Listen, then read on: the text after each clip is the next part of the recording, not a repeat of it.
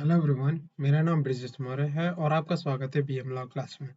आज हम स्टार्ट करने जा रहे हैं लेसन 15 का पांचवा पार्ट, 5 पार्ट, जो हम जिस पार्ट में पढ़ेंगे इनवॉइस, ई इनवॉइस, इनवॉइसिंग स्टार्ट करेंगे। स्टार्ट करने से पहले अभी भी जिस स्टूडेंट ने चैनल सब्सक्राइब नहीं करा सो प्लीज सब्सक्राइब कर ले, जिससे आपको regular update to chapter wise of tax law या फिर किसी भी मॉड्यूल का किसी भी चैप्टर का मिलता रहेगा। सो प्लीज सब्सक्राइब कर लीजिए। चलिए स्टार्ट करते हैं आज का पॉइंट, इनवॉइसिंग।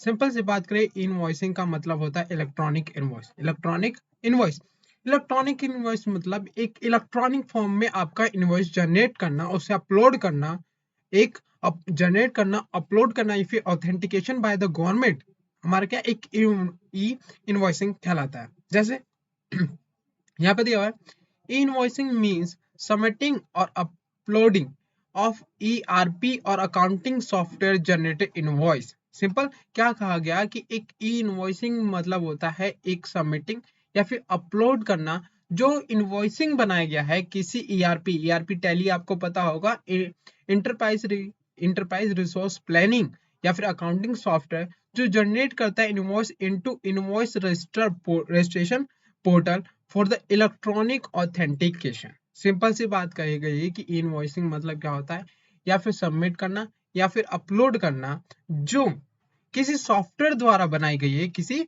सॉफ्टवेयर द्वारा बनाई गई है इनटू इनवॉइस रजिस्ट्रेशन पोर्टल में, किस लिए? इलेक्ट्रॉनिक ऑथेंटिकेशन के लिए। अब ये ऑथेंटिकेशन कौन करता है? गवर्नमेंट। कौन करता है? गवर्नमेंट करती है कि जो भी सप्लाई करी गई है वो सही जगह करी गई, सही तरीके से करी गई, सही अमाउंट पे, और इस पर जो टैक्स लगा है, जो हमारे जीएसटी लगा है, वो सही तरीके से सही परसेंट पे लगाया गया है। इसलिए उसे हमें क्या करना होता है? एक अपलोड करना होता है उस ई इनवॉइसिंग को। Simple. Now it is the process through which a normally generated invoice is authentication by GSTN. It is applicable only to B2B transaction.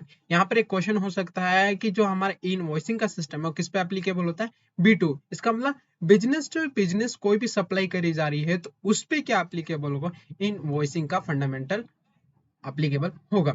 Now electronic invoicing is a system in which all business to business invoice are electronically uploaded and authenticated by the designated portal. Simple सी बात कहेगी कि invoicing क्या है? एक system है जिसके द्वारा कोई भी बिजनेस टू बिजनेस अगर ट्रांजेक्शन होता है या फिर सप्लाई होता है तो उसमें इनवॉइस इशू करा जाता है। जो इनवॉइस इशू करा जाता है इलेक्ट्रॉनिक इशू करके उसे अपलोड कर दिया जाता है, और जो अपलोड करने के बाद जिस हम वेबसाइट पे अपलोड करते हैं ऑथेंटिकेशन करा जाता है बाय द सेंट्रल गवर्नमेंट या फिर by the government. Now previously invoice generated by different software looked similar to human, but computer system can't understand it fully, so the business user can understand them.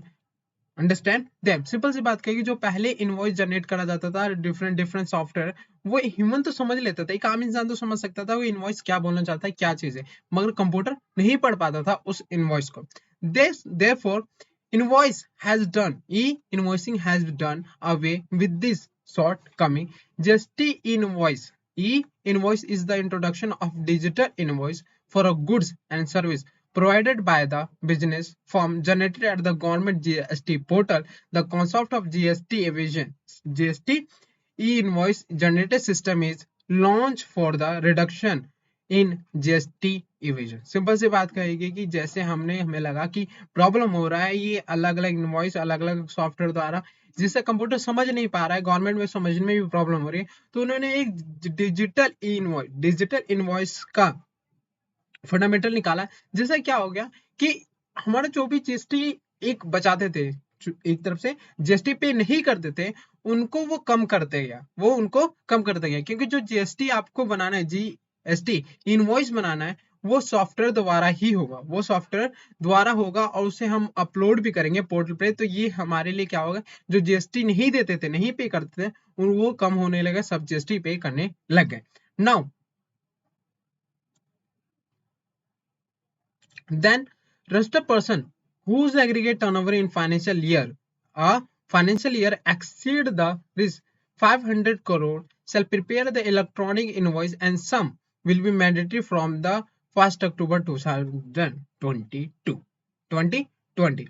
Simple सी बात कहेगी कि 1 अक्टूबर 2020 से ये कहा गया कि जिसके भी टर्नओवर अगर 50 करोड़ से ज्यादा जाता है इन ए फाइनेंशियल ईयर, है ना, फाइनेंशियल ईयर, उसे इनवॉइस जो है वो इलेक्ट्रॉनिक इनवॉइस जनरेट करना पड़ेगा, प्रिपेयर करना पड़ेगा इलेक्ट्रॉनिक इनवॉइस।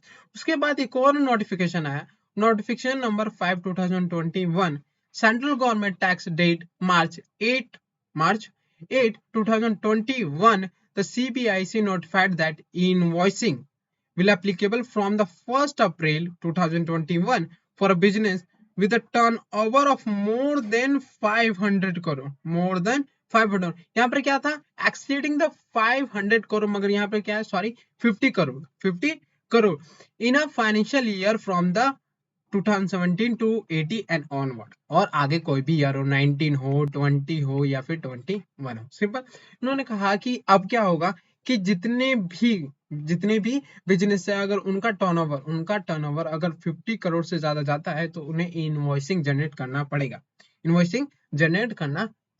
ये नोटिफिकेशन आया था तो कितना, 50 करोड़। ये नहीं याद रखेंगे आप, अब ये याद रखेंगे क्योंकि नोटिफिकेशन के बाद पीछे वाला हट जाता है, उसे अमेंड कर दिया जाता है। Now notification 30 2019 CT date 30/12/2019 has been issued as to the insert sub rule 4, 5, 6 in a rule 48 of GST rule 2017।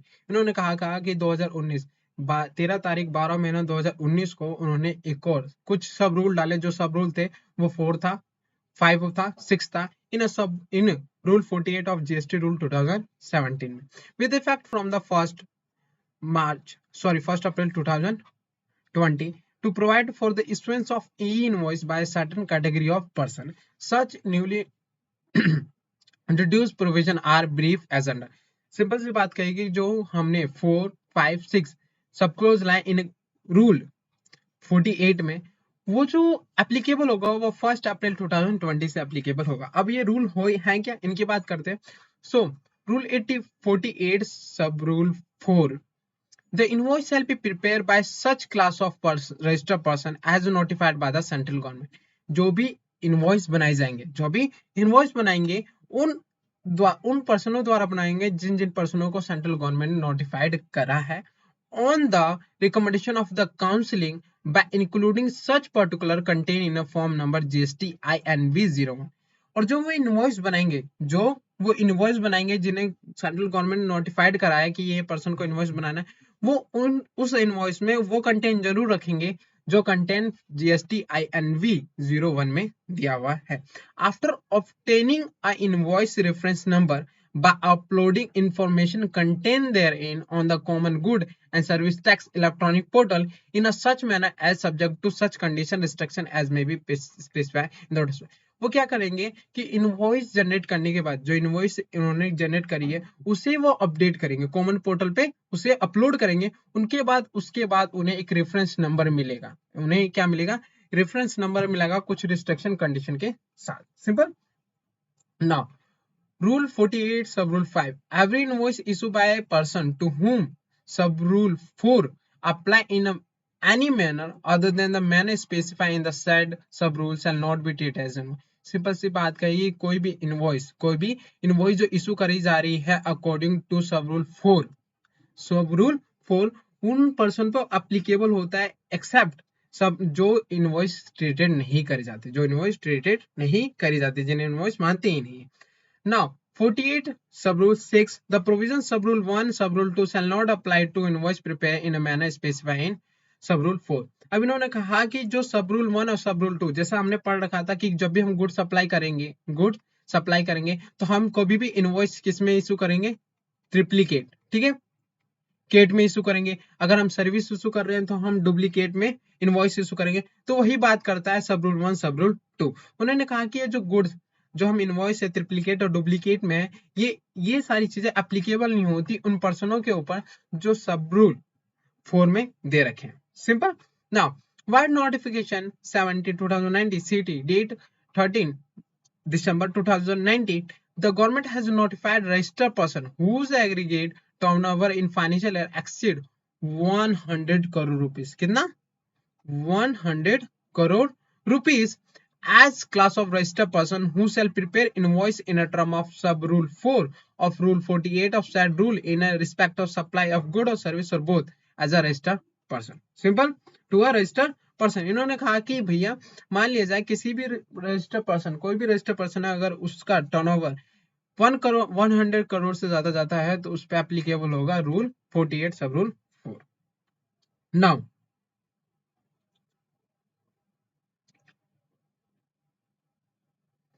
यहाँ पे क्या दिया हुआ है, फायर नोटिफिकेशन 69/2019, 13 तारीख 12 महीना 2019, the government has further issue notification as to notify the portal जहां invoicing in term of sub rule 4 और rule 48 shall be prepare list of portal as below. ये लिस्ट दे रखे हैं जहां इनवॉइस प्रिपेयर करे जाते हैं.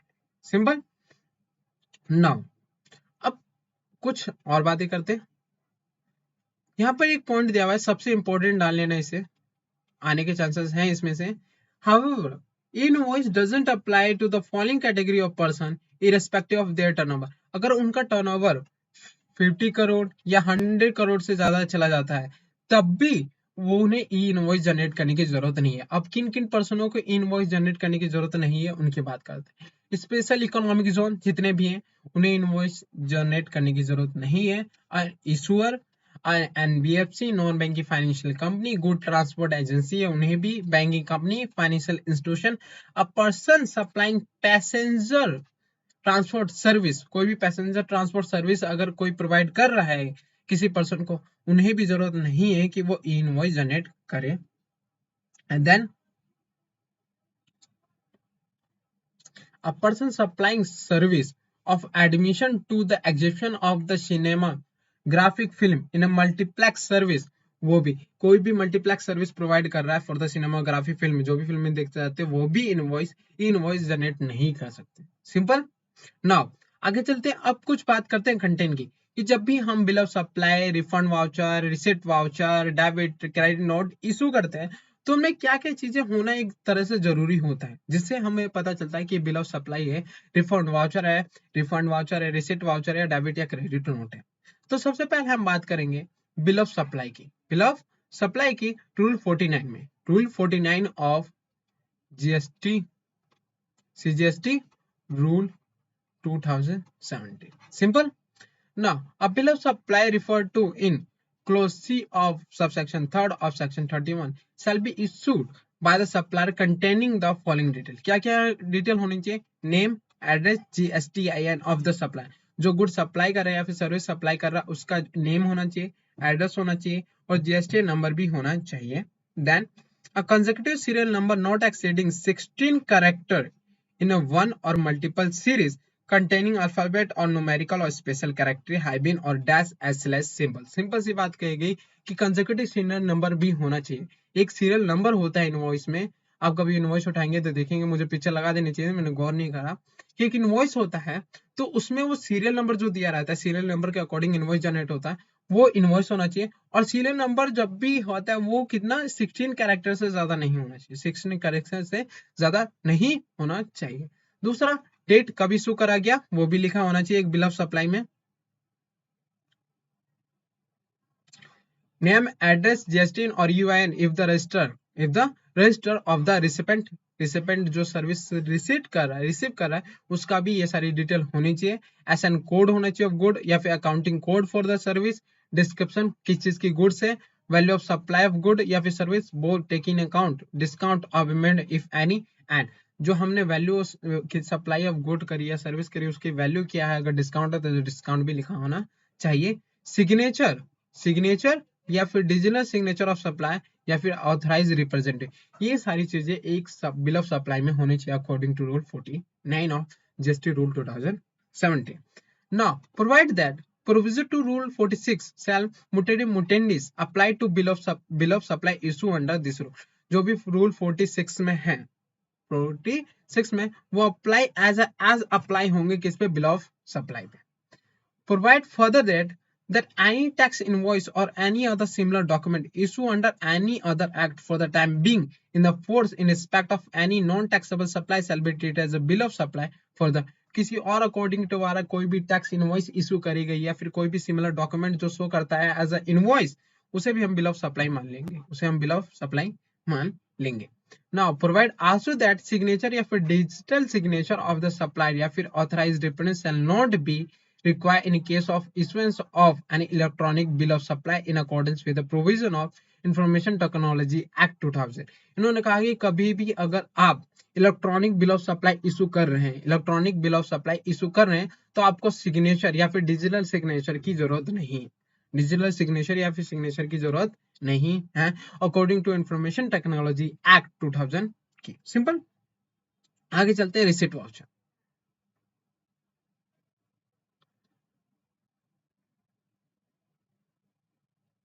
Most of the thing same होंगी, most of the thing same होंगी हर एक वाउचर या फिर हर एक नोट या फिर हर एक बिल में। Now receipt voucher 15 name address, simple सी बात है, consecutive serial number containing alphabet numerical. इसमें ये नहीं है कि 16 से ज्यादा नहीं होना चाहिए, ठीक है, इसमें ये चीज नहीं दी हुई है।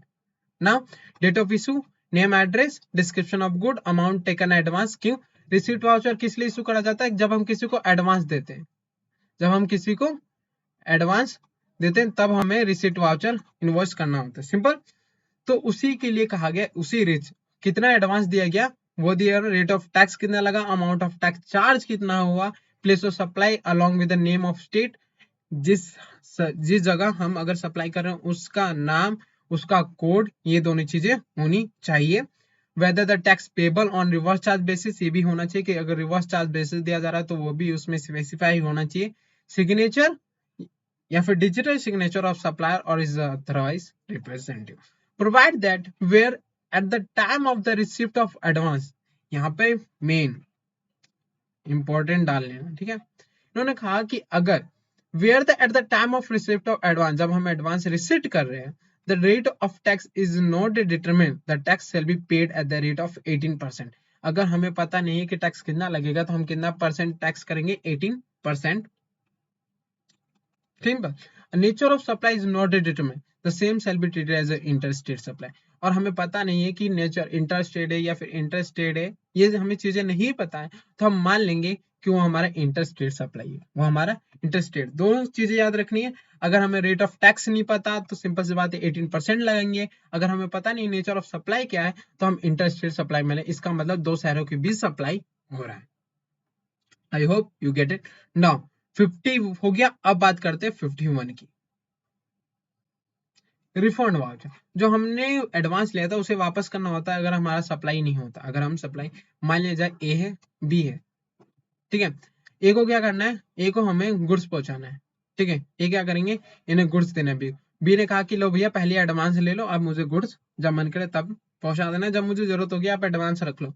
तो अब ए क्या कर रहे हैं? इस गुड्स को नहीं पहुंचा रहे, तो अब ए ने जो एडवांस लिया था वो वापस भी तो करना होगा। तो जो वापस करना होता है उसे हम रिफंड वाउचर इशू करते हैं, रिफंड वाउचर इशू करते हैं। उसमें भी name, address, good and service tax identification number of the supplier होने चाहिए, serial consecutive serial number not exceeding 16 character, date of issue, name, address of recipient होने चाहिए, number and date of receipt voucher in accordance with the provision of rule 50। receipt voucher का number या फिर date भी लिखा होना चाहिए refund voucher में, क्योंकि पता तो चलना चाहिए कि एडवांस लिया था तो कितना लिया था। Simple. Now description of good, goods के बारे में पता होना चाहिए, अमाउंट ऑफ रिफंड, कितना रिफंड करना है, rate of tax, amount of tax in respect of such good और service, whether tax is payable on reverse charge basis, ये भी स्पेसिफाई होना चाहिए। सिग्नेचर या फिर digital signature of the supplier या फिर ऑथराइज रिप्रेजेंटेटिव, ये सारी चीजें किसमें होनी चाहिए? रिफंड वाउचर में होनी चाहिए अकॉर्डिंग टू रूल 51। आगे चलते हैं।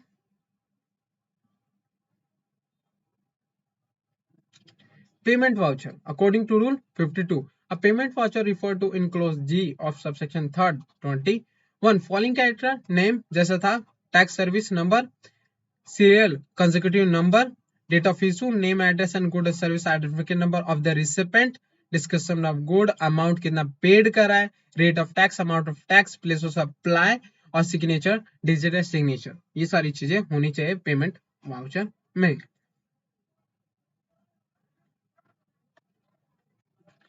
बात करते हैं रिवाइज टैक्स इनवॉइस क्रेडिट और debit note. Debit note, a revise tax invoice refer to section 31 shall contain the following particular. आपको पता होगा रिवाइज टैक्स इनवॉइस कब इशू करा जाता है? तब इशू करा जाता है जब हम एप्लीकेबल नहीं होते। मान लीजिए कि मैं 31 जून का एप्लीकेबल हो गया कि मैं एक एग्रीगेट टर्नओवर मेरा हो गया, मुझे जीएसटी नंबर चाहिए। उससे पहले ही मैंने क्या करा, जिस दिन आया, जिस दिन मुझे अलॉट भी नहीं हुआ जीएसटी नंबर, उस दिन से मैंने क्या कर दिया, इनवॉइस इशू करना चालू कर दिया। जिस दिन मेरी एप्लीकेबिलिटी हो गई, मेरा टर्नओवर हो गया कि मैं इनवॉइस, इस मेरा जीएसटी नंबर आ गया, मुझे नंबर मिलेगा, एप्लीकेबल हो गया उसके लिए, तो मैंने इनवॉइस इशू कर दी। तो जब मुझे अलॉट होगा आइडेंटिफिकेशन नंबर, मान लिया जाएगा कि हमारा एक डेट आ गया, तो उस दिन से हम जिस दिन पर्सन को हमने एक ड्राफ्ट इनवॉइस इशू करा था, हम उन्हें रिवाइज टैक्स इनवॉइस इशू करेंगे।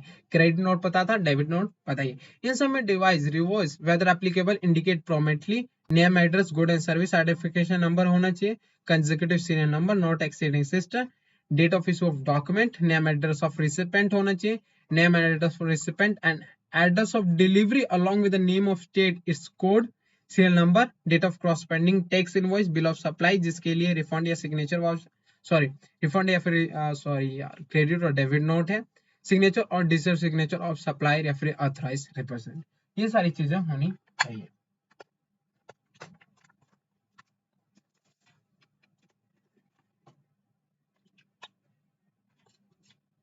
नाउ क्रेडिट नोट की बात करते हैं।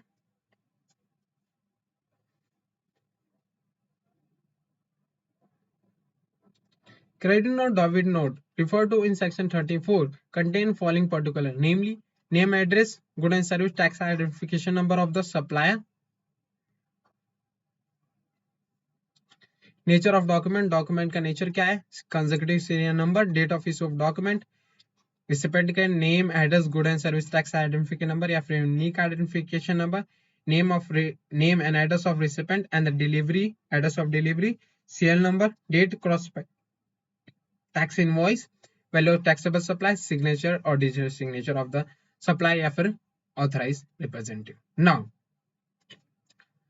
every registered person who has been granted a registration with effect from the date earlier than the date of the issuance of certificate या फिर registration to him may issue a revised tax invoice. Simple सी बात कही गई, जो मैंने बताया कि जिस दिन उसे ग्रांटेड करा जा रहा है रजिस्ट्रेशन, जिस दिन ग्रांटेड करा जा रहा है रजिस्ट्रेशन, और जिस दिन उसे एप्लीकेबल हो गया कि वो जीएसटी में अप्लाई कर सकता है, उससे पहले अगर उसने जितने भी इनवॉइस इशू करे हैं, उससे दोबारा एक रिवाइज इनवॉइस इशू करना पड़ेगा respect of the supply effect during the period starting from the effective date of register till the date of issuance of certificate of registration, provide that registered person may issue a consolidated revised tax invoice in respect of all taxable supply made to the recipient who is not registered under the act during such period. ये क्या कर सकते हैं, consolidate revise tax भी invoice कर सकते हैं to the जो रजिस्टर नहीं है, provide further that in case of interstate supply whether the value of supply does not exceed 2 lakh, यहाँ पे important question, provide further that in case of interstate supply, अगर दो शहरों के बीच कोई सप्लाई हो रहा है, अगर वैल्यू ऑफ सप्लाई एक्सीड नहीं कर रहा 2,15,000, इसका मतलब ठीक है, a consolidate revised invoice may be issued separately in respect of all the recipient located in state who are not registered under the act. Simple, ये चीजें हो गई आपकी कवर। अब बात करते हैं हम tax invoice in special cases according to rule 54 ICD. Input service distributor invoice or the case may be input service credit note issued by the input service distributor shall contain the following: name, address, consecutive date of register, recipient का signature. Simple सी चीजें, ये तो common हो गई है हमारे लिए कि ये चीजें एक सब बिल ऑफ सप्लाई और रिफंड वाउचर और रिसीट क्रेडिट नोट इन सब में होनी चाहिए, ये चीज तो कॉमन हो गई है हमें।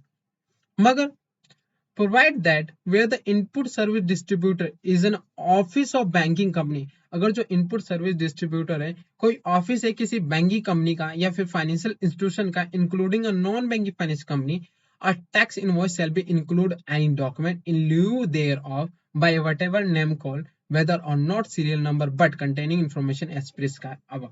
सिंपल सी बात कहेगी कि कोई भी इनपुट सर्विस डिस्ट्रीब्यूटर है, ऑफिस है वो, और वो ऑफिस किस चीज का है, किसी बैंकिंग कंपनी का है, किसी फाइनेंशियल इंस्टीट्यूशन का है या फिर नॉन बैंकिंग फाइनेंशियल कंपनी का है, वो टैक्स इनवॉइस जो है वो किसी डॉक्यूमेंट, कोई और भी डॉक्यूमेंट हो सकता है, कोई और डॉक्यूमेंट भी हो सकता है, मगर कंडीशन ये होगी कि ये सारी डिटेल उसमें होनी चाहिए। ये जो 5 डिटेल दिए, ये सारी चीजें उसमें होनी चाहिए। Simple. Now a registered person having the same PA, permanent account number, and the state code as an input service distributor may issue an invoice, or the case may be credit note, debit note to the transfer of credit of common input service to input service distributor which shall contain following detail। अब वो detail क्या क्या होनी चाहिए? Name, address, goods, service, registered person having the same PM and code as an input service distributor, consecutive serial number जैसा आपको पता है, date of issue, good and service, good and service identification number होना चाहिए, common service and original invoice number whose credits are to be transferred to input service distributor, name address of the input service distributor, taxable value, rate, amount, credit to transfer or signature, digital signature. The taxable value in invoice issue under clause A shall be same as the value of common service. Simple. Now आगे चलते हैं। Where the supplier of taxable service is issuer या फिर banking company या financial institution including a non-banking financial company, the said supplier may issue a consolidated tax invoice या फिर any other document in lieu thereof by whatever norm called for the supply of service made during the month at the end of the month। Simple सी बात कही, जितनी month में उन्होंने supply करी है गुड या फिर सर्विस की जो भी सप्लाई करी गई है, वो लास्ट में एक कंसोलिडेट इनवॉइस इशू कर सकते हैं, whether not serial number and whether not containing the address of the recipient of taxable service but containing other information as prescribed rule 46। Now, well, where the supplier of taxable service is a good transport agency, अगर कोई भी goods transport agency है supplying service in relation to transportation of goods by road in a good carriage, the said supplier shall issue a tax invoice या फिर any other document in lieu thereof by whatever number containing the goods weight of consignment। अगर कोई भी good transport service है तो जितना भी वो गुड्स ट्रांसपोर्ट कर रहे हैं उनका उस इनवॉइस में वेट लिखा होना चाहिए, ग्रोस वेट लिखा होना चाहिए, नेम ऑफ द कंजाइनर लिखा होना चाहिए, कंजाइनरी लिखा होना, जिन्हें हम गुड्स बेच रहे हैं और जो ट्रांसफर कर रहा है उनका नाम होना चाहिए, ठीक है, रजिस्टर नंबर होना चाहिए, गुड कैरीज होना चाहिए with good transport, detail of good transport होना चाहिए, detail of place of origin destination होना चाहिए, GST and person liable to paying tax whether as a consignor, consigning या फिर गुड ट्रांसपोर्ट, ये सारी चीजें होनी चाहिए। और जो रूल 46 में कंटेन फीचर दे रखे हैं वो सारी चीजें भी होनी चाहिए जब बात आती है गुड ट्रांसपोर्ट एजेंसी की। नाउ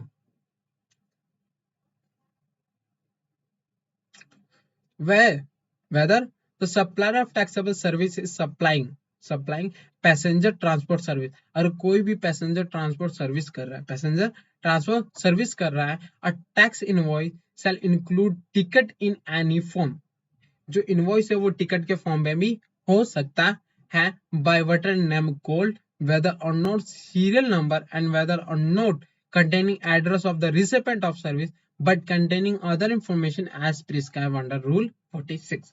ये सारी कोई भी बात हो, तो गुड ट्रांसपोर्ट एजेंसी की हो या फिर बैंकिंग कंपनी को, इंश्योरेंस कंपनी को, नॉन बैंकिंग फाइनेंशियल, अगर कोई भी इनवॉइस इशू करते हैं और चीजें होनी चाहिए, मगर जो रूल 46 में दिया वो एक कंपलसरी, एक मान लीजिए कि वो सारी चीजें भी होना जरूरी है, वो सारी चीजें भी होना जरूरी है।